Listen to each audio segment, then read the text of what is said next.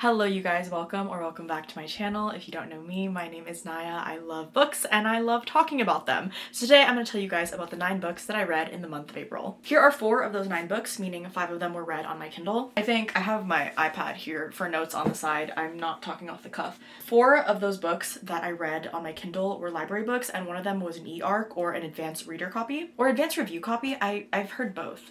Same thing. The first book I read in April was The Neighbor Favor by Christina Forrest. I gave this book 3.75 stars. In this book, you follow Lily, who is, I believe, in publishing, and Nick, who is secretly a really famous author. I say secretly because he's written under a pen name, and the book kind of starts off with this premise that Nick and Lily become kind of email internet pen pals and kind of begin to fall for each other, and then Nick kind of goes ghost on Lily and then ends up becoming her neighbor in the future, and she asks Nick for help to fall in love, find a date. I thought this was really sweet. I especially liked the beginning and the kind of whole like anonymous correspondence premise that the book had. I am a massive sucker for any book where the characters like love books and love talking about books or work in books and publishing in any way. That's something that I really liked about Beach Read and Book Lovers by Emily Henry. I was just in general a little underwhelmed by this book. I think, like I said, the premise was good and I think the romance was overall sweet, but the pacing of the romance just kind of didn't do it for me, and in general I was a little bit underwhelmed by the depth that this book got into. I also think the resolution of each of the characters' individual kind of like arcs in this book just didn't really do it for me. So generally like average feeling about this book. Not a bad book, not my favorite, not a standout, but I do think I will continue on in this series. It's the first in a set of I think 3 books that all follow like the same family of sisters, so I do think eventually I will be picking up the next one. The next book I read was Evicted by Matthew Desmond. I gave this book 5 stars. Holy guacamole, I think this is easily one of my favorite books of the year so far, and definitely one of my favorite nonfiction so far. In this book, Matthew Desmond takes you along with multiple families throughout Milwaukee as they struggle with housing, rent, and poverty. A lot of this book focuses on kind of the rental market and the landlord market and landlord culture, and it really dives into these cycles of poverty and exploitation, the emotional and mental tolls of not having a proper place to call home, and really the failings of us as a society to secure and ensure housing as a human right.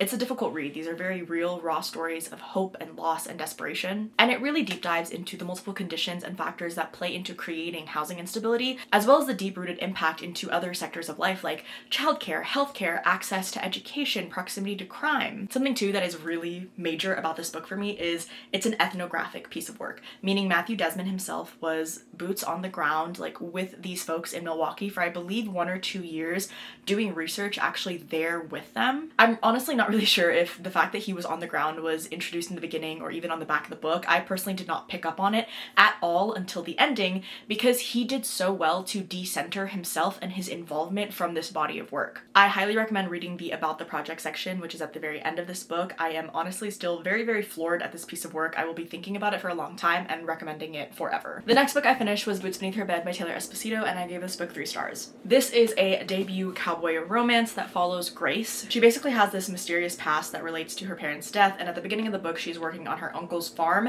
and her uncle is basically holding her secret over her head. Eventually she leaves and gets this job at another ranch, and she has some initial tension with the son of the owner of the ranch, Crew. Tension, romance, spiciness ensues. Now, my thoughts on this book. I think this book was trying to do too much, that everything it tried to do was under-executed. It definitely gave me that like ranchy cowboy summery romance that I wanted, but it fell flat in a lot of regards. I expected there to be a lot more intensity regarding this big secret that our FMC had, and it did play a major part in the beginning and kind of the third act conflict and the ending, of course, but I think there was a good chunk in the middle of the book, and like it's not a small book. There's a good chunk of this book that is very just kind of slice of life, her working on the ranch, working with the other ranch hands, and I feel like when we did slide back into the conflict after all of the slice of life stuff, it was very tonally off, and I think just the book wasn't really setting up for the intensity of the conflict we had at the end. I feel like it went from very slower everyday life to suddenly like, oh my gosh, life and death, high stakes. And also the romance itself I was underwhelmed by. I think the depth of the romance wasn't there, and I feel like this book, once again, with the marketing, it was very like hyped up to be this like, you know, dislike to lovers type of vibe, that they're butting heads like Crew and Grace, but I feel like they had that disagreement in the beginning, and then Grace called him out and was like, hey, you're not treating me right and it's unfair, and Crue's like, you're right, my bad, and then everything's hunky-dory. I anticipated a much more significant clash between our two characters. I feel like we didn't really get enough one-on-one interactions between these two characters for them to understand each other to get to the point that they did when they were basically confessing their love for each other. It went really quickly for me, and I feel like I just was not given enough tidbits of them interacting for me to believe their romance and their connection. But I do think this book has good bones. I really see the potential of this author. I really enjoyed the first like 2/3 of this book, and I do think I will continue on with this series eventually, and hopefully the author has refined her storytelling style a bit more by then. Next book I read was Separation of Church and Hate by John Fugelsang. I gave this book 4.5 stars. This book is really interesting because our author is, I think, a comedian turned kind of political commentator. He is the son of a former Catholic nun and a Franciscan brother. He tells a story about how his parents got together in the beginning of the book, which I thought was very sweet. And this book is basically a breakdown of the areas and passages of the Bible most commonly used by Christian nationalists, white Christian nationalists, to justify their beliefs and justify their hatred, and basically breaking down why historically and contextually, in terms of the Bible, those are not accurate, and the hypocrisy in using certain passages of the Bible the way that white Christian nationals do. And I liked this book a lot. I listened to it partially on audiobook, and I think that really upped my enjoyment of it because, like I said, our author was a comedian and is now a commentator. I think his delivery of the story was very enjoyable, and I really think this book offered, at least for me, a very refreshing perspective on the conversation of how bigots use the Bible as a weapon. And I think it also is very useful for anyone who is or isn't religious to have these tools and this understanding of the Bible as a text, as a body of work, to disarm any kind of white nationals in their arguments. I like this book a lot. I think it might upset certain people to look at the Bible as a historical scholarly text of work, but really that is what it is at certain times, and I think it's important to look at it like that, and I thought this book did a really good job, and I highly recommend. The next book I finished was Funny Story by Emily Henry. I gave this book 5 stars. In this book, you follow Miles and Daphne, and basically, Daphne's fiance leaves her for his best friend, who is Miles's girlfriend. You following? So then, because Daphne is now without a home, and Miles is no longer with a roommate, aka his ex, they decide to live together just until they get on their feet, and the romance goes from there. Let me just say that Miles was the emotionally hottest male main character I think I've read about in a very long time.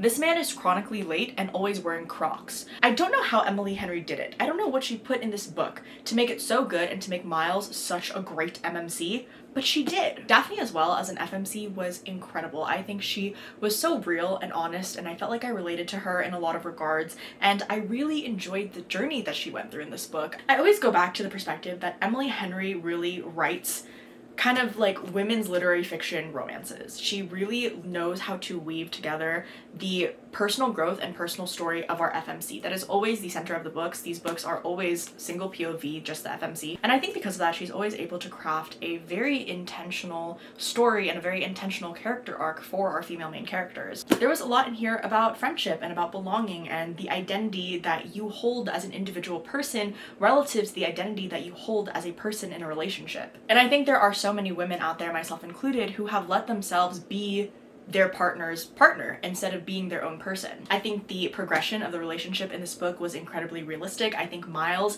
as just both a friend and a potential partner, was so intentional and so caring about Daphne, and I thought their chemistry was off the charts. These were both very, very funny characters. They got along well. I really enjoyed the banter between the two of them. Overall, I love this book. Of all of the Emily Henrys I've read so far, which I think I'm only missing Great Big Beautiful Life at this point, this is easily my favorite. The next book I finished was Freeing the Wild by Paisley Hope. I gave this book 4.25 stars. I gave this book the ranking that I did because I think it met and exceeded my expectations for what the book was, which is a contemporary, lower stakes, spicy cowboy romance. In this book, you follow Cassie, who is a country music star, and Hayden, who works at a ranch, Silver Pines Ranch, which is the series. I will say, side note, this is the 4th book in the series. I accidentally read it first, not realizing it was part of a series. I have since then started the series from the beginning. But Hayden works at this ranch, and Cassie, I think, is related.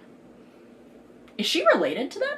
In the beginning of this book, Cassie is visiting her sister, I believe, at the ranch, and that's when she runs into Hayden for the first time. And these two characters have this very instant kind of chemistry. They kind of annoy each other a little bit, but it's like the like build up to them eventually like hooking up. So you start really hot and heavy with these two characters having a lot of physical attraction towards each other, which is not something I necessarily love in a book. But where this book redeemed itself is that these two characters went their separate ways, and I think there's months of time between them seeing each other next, and then they kind of have to start from scratch building up like a connection and a friendship and eventually their relationship. So I think that break in their timeline really did salvage kind of the pacing of their romance. And I do think, yeah, this was a really well-paced cowboy romance, and I think there was a lot more depth to it than I expected. The main kind of like conflict plot of this story, aside from the romance, is that Cassie has a lot of struggles with her music career, just personal struggles, and she also goes through a traumatic event,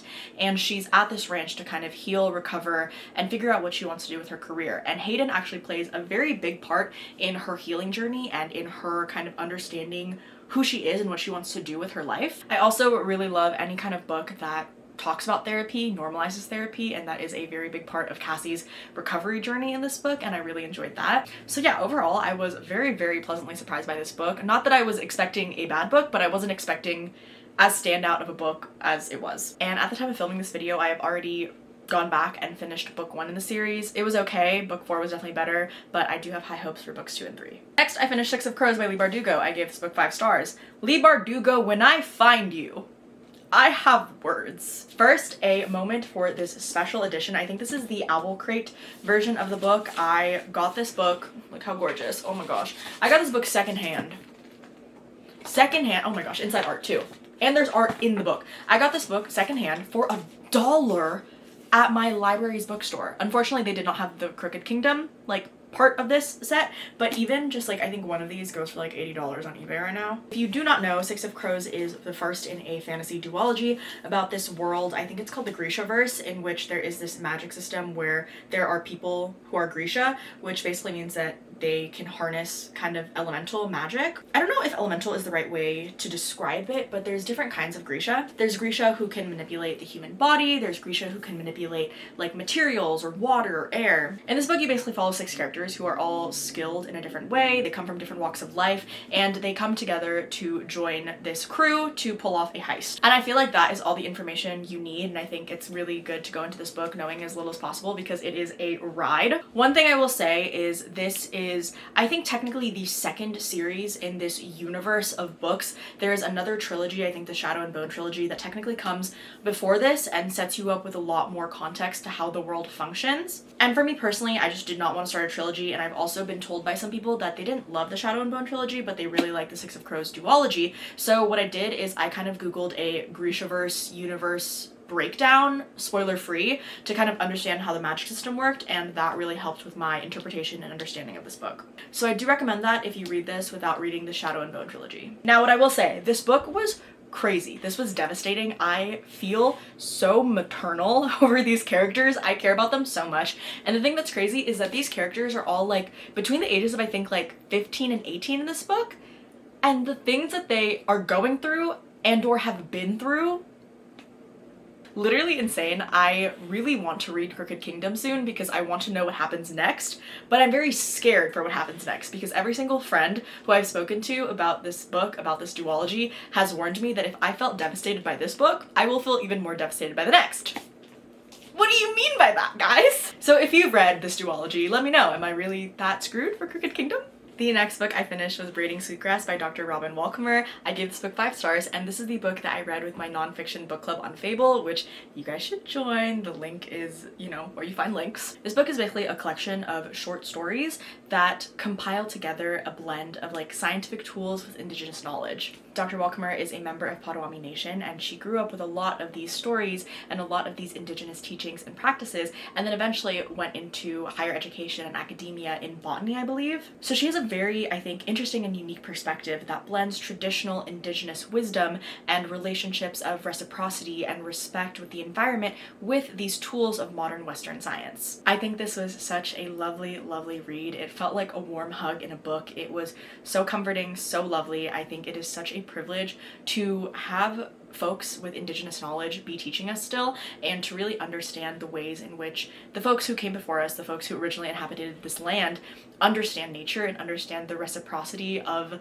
our relationship with the natural world. This is such a beautiful book. It is now the second piece of work I've read by Dr. Robin Wall Kimmerer, and I love everything she does. I highly recommend this one. And the last book I finished was See You at Sunset by Susan Lee. I gave this book 4 stars. This book is now Susan's, I believe, second adult romance. In this book, you follow Gia, who is this very free-spirited, very loving girl who gets fired from her job, and you have Henry, this very like by the book, buttons up tight lawyer who actually works at the company that fired Gia. Prior to Gia's firing, these two have a one-night stand, and when Gia does lose her job, she ends up fleeing to her grandmother's senior living neighborhood to kind of figure out what she's doing next because she has very intense parents. And as fate would have it, Henry's grandfather is moving into the same community that Gia's grandmother lives in, so the two run into each other again. I think overall this was a very sweet and fun romance. I think the setting of being in this like senior living community really added a very enjoyable kind of cast of characters and extra humor to the book that I really enjoyed. I really love whenever there are like older characters meddling in the younger couple's relationship, which happened a lot in this book, and I thought it was very sweet and funny. I thought Gia's character was great. She was very bright and headstrong, and she was a little bit of a mess, but in a very endearing, loving way. And I think that worked really well with Henry's kind of stiff, by the book, overbearing and protective behavior. And what I really appreciated is that neither of these characters really worked to change one another, but they really brought balance to each other. I will say I do wish that these characters had a bit more on-page development of their relationship. They were in proximity to each other a lot because the neighborhood they were in had a lot of like group functions, so there was a lot of like group settings in which they were together and interacting, but I wish they had more one-on-one time. And there also is this kind of like B-plot about Gia's whole like firing and this like kind of side drama of like Gia's old job, Henry's current job, that I think was kind of like put on the back burner, and it was brought up and it was part of kind of like the conflict and the resolution at the end, but I just feel like it wasn't like given enough room to shine. So yeah, I think there could have been like some higher stakes and higher tension before we kind of resolved all of that conflict. But overall, I did really enjoy the vibe of this book, and I'm really enjoying Susan Lee's adult books. And that, my friends, are the 9 books I read in the month of April. I honestly had a really busy month. I spent the last like 2 weeks of the month with family. We had family in town for a wedding, so it was very chaotic, but somehow I managed to read as many books as I did. I hope you guys had a fantastic April. I hope you're having a fantastic May, and I will see you guys in the next video. Bye!